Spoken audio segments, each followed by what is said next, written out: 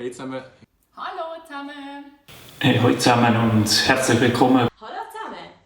Hallo zusammen. Hallo zusammen. Hallo miteinander. Hallo zusammen. Herzlich willkommen zur Family Podcast Episode 13. Ihr merkt, bei uns ist der Sommer ausgebrochen. Bei den meisten von uns startet die Sommerferien 1 bis 2 Wochen. Und darum haben wir gedacht, geniessen wir doch schon mal den Sommer auch hier im Podcast. Wir haben heute noch das letzte Mal Podcast, leider. Die Geschichte von Jonas kommt heute auch zum Ende. Aber wir haben ja live wieder Gottesdienst, Müsli Church, Kids Church. Und wir freuen uns mega, euch dort zu sehen. Und einfach auch wieder mal zusammen Zeit verbringen und zusammen Spiele machen und nicht immer nur über den Bildschirm. Es ist eine ziemlich lange Zeit her, seit wir jetzt den Family Podcast machen. Wir haben mega viel erlebt in dieser Zeit und ich bin sicher, ihr daheim habt auch so das eine oder andere Highlight von dieser Zeit, das ihr mit diesen Family Podcasts verbindet. Und darum tauscht doch gerade mal in der Familie aus. Was habt ihr besonders cool gefunden an diesen Podcasts? Was ist euch noch in Erinnerung geblieben, was vielleicht lässig war, was lustig war, wo ihr darüber lachen musst? Oder auch, was habt ihr vielleicht Neues über Gott erfahren, jetzt in diesen Podcasts? Und dann wollen wir natürlich auch wissen, was sind denn eigentlich eure Highlights gewesen? Von denen, die hier jede Woche mitgewirkt haben. Timo, magst du gerade anfangen? Was war dein Highlight von dieser Family Podcast Zeit? Also, mein Highlight war letzte Woche. Und zwar, ist das Filmen mit dem Charlie. Weil wir haben wirklich am Schluss einen Magen gehabt, weil wir uns so oft versprochen haben. Und uns so haben müssen konzentrieren, dass es wirklich einfach ein mega lustiger und amüsanter Magen war. Ja. Du hast einfach am Schauen seine Brille an. Ja. Für alle, die es nicht merken. Aber das ist mir zu stark. Ja, Benni, du hast auch irgendwie so ein Smiley dabei, oder? Ja! Ich habe hier ein Smiley dabei. Und zwar darum, weil wir in dieser Podcast-Zeit... Ui, mein Glas rennt gerade davon. In dieser Podcast-Zeit unglaublich viel gelacht haben. Zum Beispiel, wenn man eine Lampe im Worship Dance fast oben runterholt. Oder wenn man irgendetwas ernst sagen und man kann einfach nicht ernst bleiben. Und es pustet immer so einem raus. Das war mega lustig. Und das ist definitiv etwas, was ich in Erinnerung behalte von dieser Zeit. Tabea, was ist dein Highlight? Mein Highlight war die Zusammenarbeit mit euch. Und zwar vor allem Müsli Church Leiter und Kids Church Leiter. Darum habe ich die beiden Flyer mitgenommen. Weil sonst haben wir ja nicht so viel miteinander zu tun, außer wenn Kids Days sind. Aber jetzt haben wir wirklich jede Woche zusammen können vorbereiten und filmen. Und das habe ich mega geschätzt. Und ich freue mich mega darauf, auch auf andere Projekte mit euch zusammen. Zum Beispiel das Kids Town, das auf uns zukommt. Oder Kids Days wieder oder was auch immer. Jean-Luc, wie sieht es bei dir aus? Was war dein Highlight von dieser Zeit mit den Family Podcasts? Ja, also bei mir war es wirklich nicht so schwer. Ich habe es ist jetzt schon ein rechtes Zeitchen her, habe ich zurückgedacht und mir ist etwas in den Sinn gekommen, wo nie alle dürfen Nestchen suchen. Und zwar den Oster-Podcast. Und das ist das, was ich mitgebracht habe. Und zwar der Osterhase. Ja, den habe ich ganz fest vermisst. Das war so eine coole Idee. Wortwörtlich cool. Ja, aber jetzt haben wir so viele Highlights gehört. Aber an der Martina ist es noch nicht. Das wollen wir doch jetzt auch noch hören, oder? Mein Highlight sind ganz klar die vielen Spiele, die wir gemacht haben in den Podcasts. Es hat so viel Spass gemacht mit diesen Leuten hier vor Ort oder auch bei mir daheim in der Stube Sachen auszuprobieren, die zum Thema passen, wo wir uns auch die Sachen von der Predigt gerade noch mal merken können. Das war mein Highlight. Ja, und weil es jetzt der letzte Podcast ist, haben wir noch das volle Programm parat. Worship, Geschichte, Predigt. Alles, was so mega cool ist, genau. Und ja, wir steigen ein und viel Spaß und genießen das letzte Mal.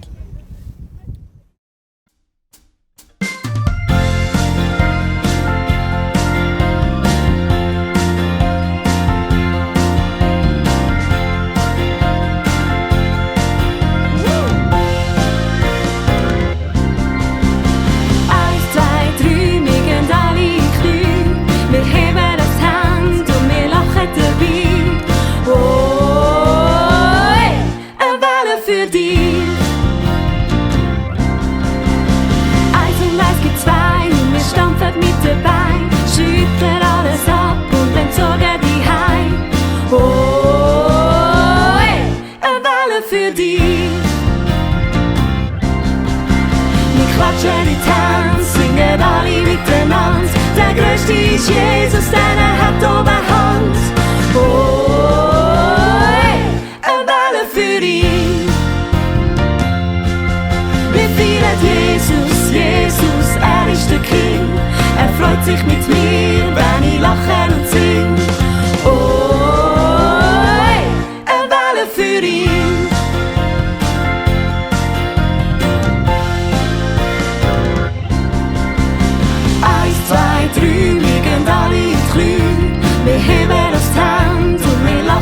vorbei. Oh, eine Welle für dich. Eins und es gibt zwei und wir stampfen mit dabei, schütteln alles ab und dann zogen die heim. Oh, eine Welle für dich. Wir klatschen in die Hände, singen alle miteinander. Der Größte ist Jesus, der hat Oberhand. Oh, eine Welle für ihn. Wir feiern Jesus, Jesus, er ist der King. Er freut sich mit mir, wenn ich lache und sing. Oh, eine Welle für ihn.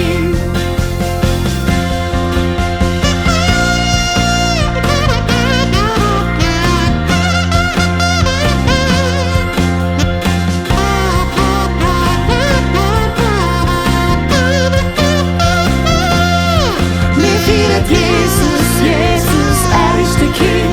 Er freut sich mit mir, wenn ich lache und sing. Oh, eine Welle für ihn. Oh, eine Welle für ihn.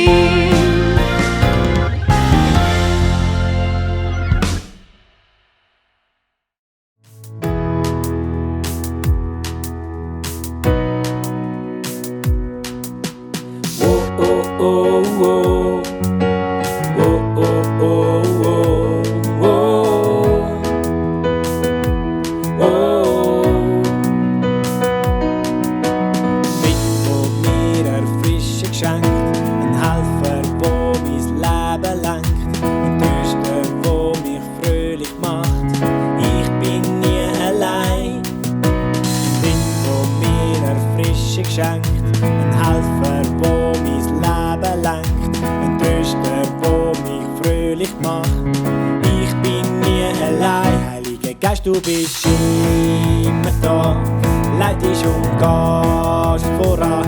Du bist Kraft von meinem Gott, wo in mir wohnt. Heiliger Geist, du bist immer da, leitest und gehst voran. Du bist Kraft von meinem Gott, wo in mir wohnt. Das Feuer, wo brennt, mir mich gibt, begleitest mich auf Schritt und Tritt, hilfst mir Gottes Wort zu verstehen. Du bist wahre pur. Das Feuer, wo brennt, mir Wärme gibt, begleitest mich auf Schritt und Tritt, hilfst mir Gottes Wort zu verstehen. Du bist wahre pur. Heiliger Geist, du bist immer da, leitest und gehst voran. Du bist Kraft von meinem Gott, wo in mir wohnt. Heiliger Geist, du bist immer da, leitest und gehst voran. Du bist Kraft von meinem Gott, wo in mir wohnt. Oh, oh, oh, oh. Oh, oh, oh, oh, oh.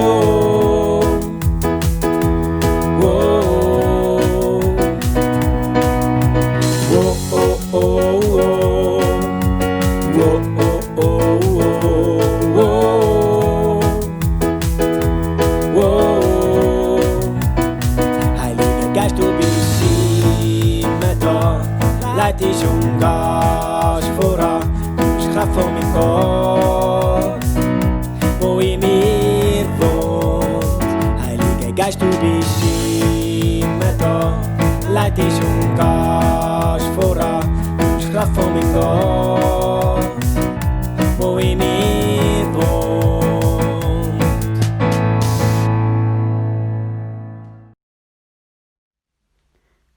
Ninive ist also von Gott verschont geblieben. Das hat jetzt aber der Jonas sehr geärgert. Ah, Herr, das habe ich doch gerade gedacht, wo du mir den Auftrag gegeben hast, dass du wieder mal Verbarmen hast. Darum wollte ich überhaupt flüchten. Du sagst zwar, dass du strafst, aber dann machst du es ja gleich nicht. Ich will, glaube ich, lieber jetzt sterben. Auf das aber sagt Gott: Ist es recht von dir, so wütig zu sein? Da stapft der Jona davon, auf einen Hügel, von wo aus er die Stadt gut beobachten kann. Dort lässt Gott dann auch einen Strauch wachsen, damit er Schatten hat und sich wieder ein bisschen beruhigt.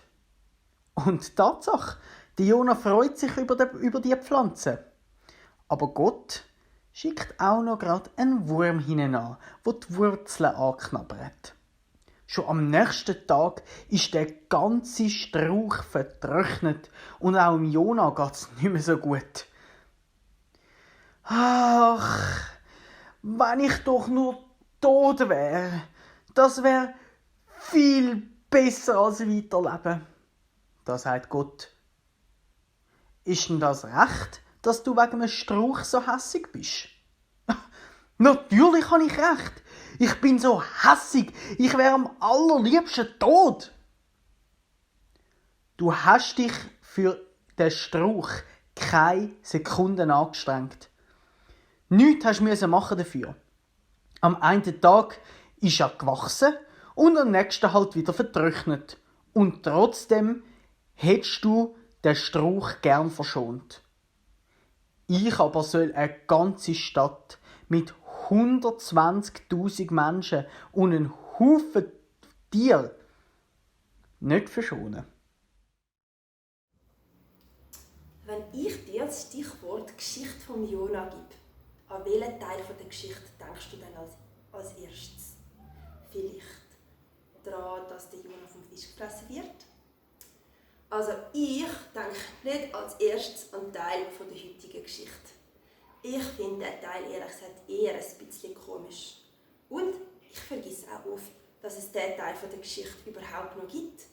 Weil eigentlich ist die Geschichte doch vorher schon fertig.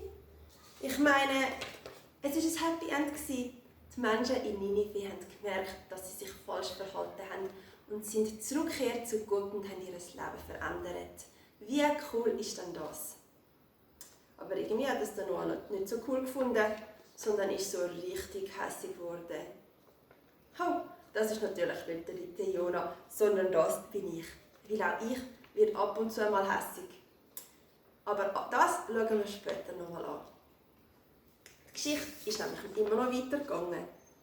Und Gott hat eine Renitinus, komisches Wort, Pflanze wachsen lassen. Der Jona hat sich sogar ein bisschen darüber gefreut. Und kurz darauf lässt Gott die Renitinus-Pflanze wieder sterben.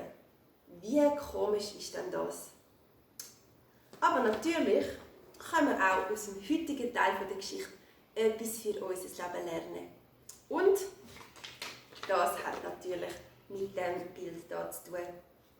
Weil nicht nur der Jona ist ab und zu hässig, sondern wahrscheinlich auch du und ganz sicher ich.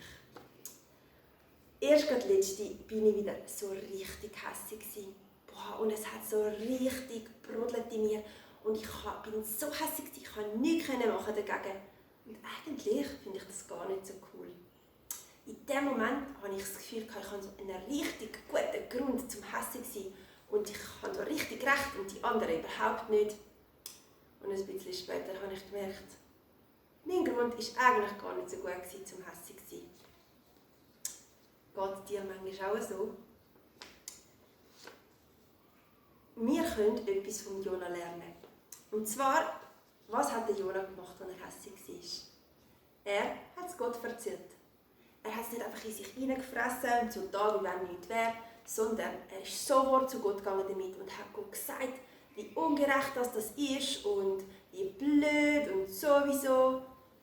Auch wenn er später gemerkt hat, dass es eigentlich gar nicht so recht gehabt hat und Gott das schon gut gemacht hat. Er hat Gott einfach mal erzählt, wie hässig das er ist.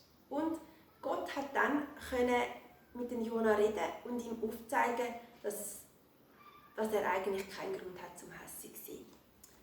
Aber Gott hätte das wahrscheinlich nicht können oder hätte es vielleicht nicht gemacht, wenn der Jona ihm Gott nicht erzählt hätte, wie hässig das er ist. Und das ist der erste Punkt, den du mitnehmen von der heutigen Geschichte. Dass du Gott erzählen darfst, wenn du hässig bist. Und Und das wäre auch der erste Punkt im Podcast, wo du Pause drücken und ihr mal als Familie darüber austauschen dürft. Wann sind ihr mal hässig gewesen und habt ihr Gott dann erzählt, dass ihr hässig seid? Und wenn ihr es gemacht habt, wie hat Gott eure Gefühle verändert? Jetzt dürfen wir natürlich nicht nur mit unserem Hässigsein zu Gott gehen, sondern Gott interessiert sich für all unsere Gefühle. Wir dürfen Gott auch erzählen, wenn es uns mal so richtig langweilig ist. Gott interessiert sich auch dafür, wenn du müde bist. Auch das darfst du ihm mal sagen. Du musst nicht immer völlig fit sein. Gott interessiert sich auch dafür, wenn du traurig bist. Du darfst ihm auch sagen, wenn du ihn als deinen Tröster brauchst. Du darfst Gott auch davon erzählen, wenn du vor etwas so richtig Angst hast und seine Hilfe brauchst. Und du darfst ihm auch davon erzählen, wenn du überglücklich bist. Gott freut sich mega darüber, wenn du ihm davon erzählst, was dir Freude macht. Jetzt hast du vielleicht schon immer Gott davon erzählt, wenn du so richtig glücklich bist. Aber hast du dann das Gefühl gehabt, dass Gott sich nicht dafür interessiert oder du das irgendwie nicht erzählen darfst, wenn du Angst hast oder wenn du hässig bist? Dann nimm heute mit, dass Gott sich auch dafür interessiert, wenn es dir mal nicht so gut geht oder wenn du hässig bist. Vielleicht geht es dir aber auch umgekehrt. Du erzählst Gott sofort, wenn du Angst hast oder wenn du traurig bist. Aber wenn es dir dann einmal gut geht und du zum Beispiel überglücklich bist über etwas, dann vergisst du irgendwie, dass du Gott auch von dem könntest erzählen. Dann nimm heute mit, hey, Gott freut sich mega darüber, wenn du ihm auch davon erzählst und ihm dankst dafür, wenn es dir so richtig super gut geht. Und das wäre der zweite Teil in diesem Podcast, wo ihr auf Pause drücken und zusammen austauschen darüber, von welchen Gefühlen erzählt ihr Gott. Erzählt ihr Gott mehr davon, wenn es euch so richtig gut geht? Oder erzählt ihr Gott mehr davon, wenn es euch nicht so gut geht? Und tauscht auch darüber aus, wie haben sich eure Gefühle verändert? Wie ist es euch gegangen, wo ihr Gott eure Gefühle erzählt habt? Hey, und dann sage ich euch noch als Abschluss, dass wenn ihr Gott erzählt, wie es euch geht und ihm von euren Gefühlen vom Hässig-Sein, vom Traurig-Sein und vom Glücklich-Sein erzählt, dass ihr dann erleben dürft, wie Gott euch in eurem Denken und in euren Gefühlen begegnet.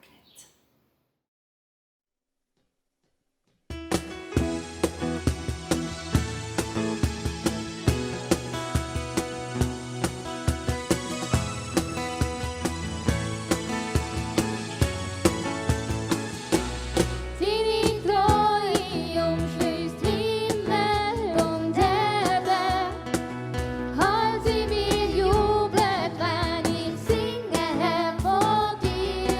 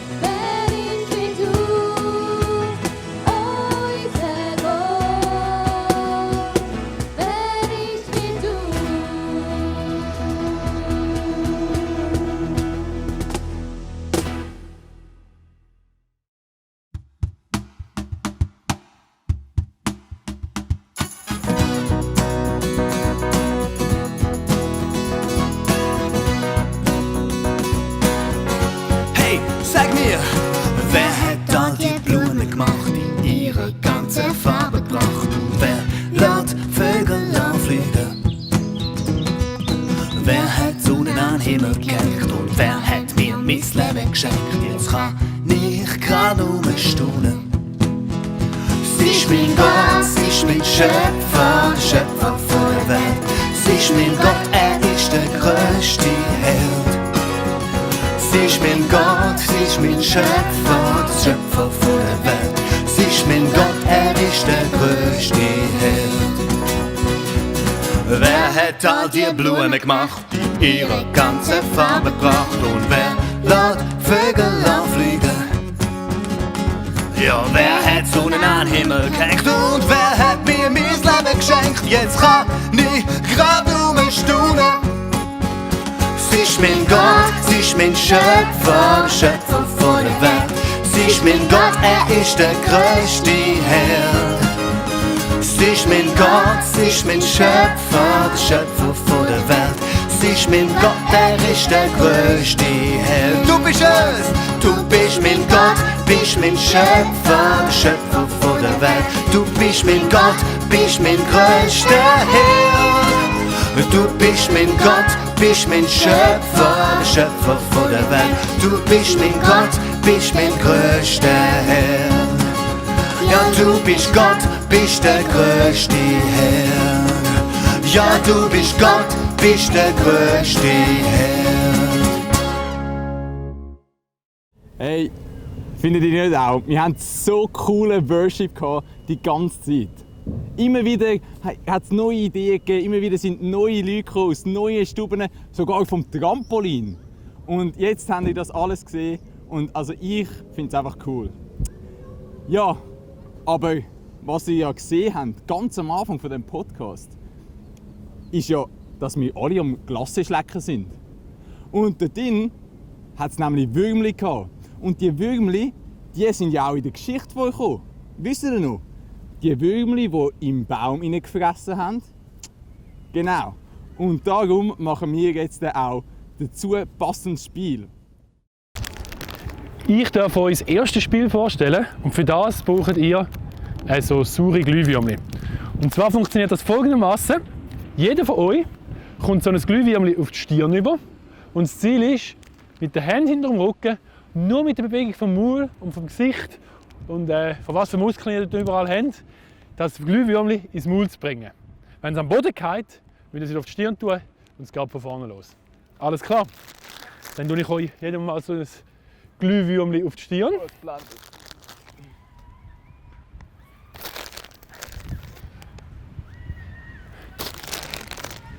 Sehr gut. Alle parat? Dann sage ich Achtung, fertig, los! Ja! Der Charlik hat gewonnen, es ist nicht ganz so einfach. Stark! Also, das dürfen ihr jetzt die Heime auch ausprobieren. Also für die, wo das Spiel ein bisschen zu einfach ist, haben wir noch ein zweites. Und zwar nicht jedem 2 Gummibärchen geben.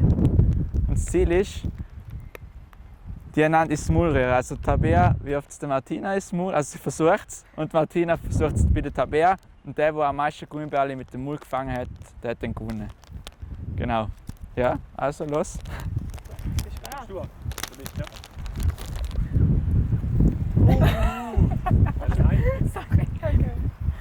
Jawohl! Oh, das ist sehr schlecht. Sorry. Ah, so, sorry. Oh, yes! Ja! Schön Schuss. Oh nein, schon wieder so falsch! Sorry. Aber du hast es fast gefangen. Also 1 Punkt. Und ihr? 2. Sorry, Martina. Yes, jawohl. Gut, ich glaube, ihr habt es verstanden und viel Spaß beim Ausprobieren. So, und jetzt kommen wir auch schon bereits zu unserer letzten Glühwürmli-Challenge. Ihr könnt noch mal gespannt sein auf das coole Spiel. Ich habe hier schon 2 Schüsseln parat gemacht. Da drin hat es Mehl und je 2 Glühwürmli. Der Benny und der Jean-Luc treten jetzt gerade gegeneinander an und wir schauen mal, wer von diesen beiden zuerst nur mit dem Maul die Glühwürmli aus dem Mehl rausfischen kann. Achtung, fertig, los!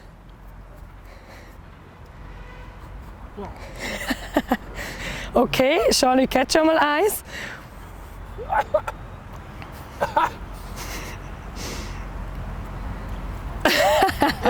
Sehr gut.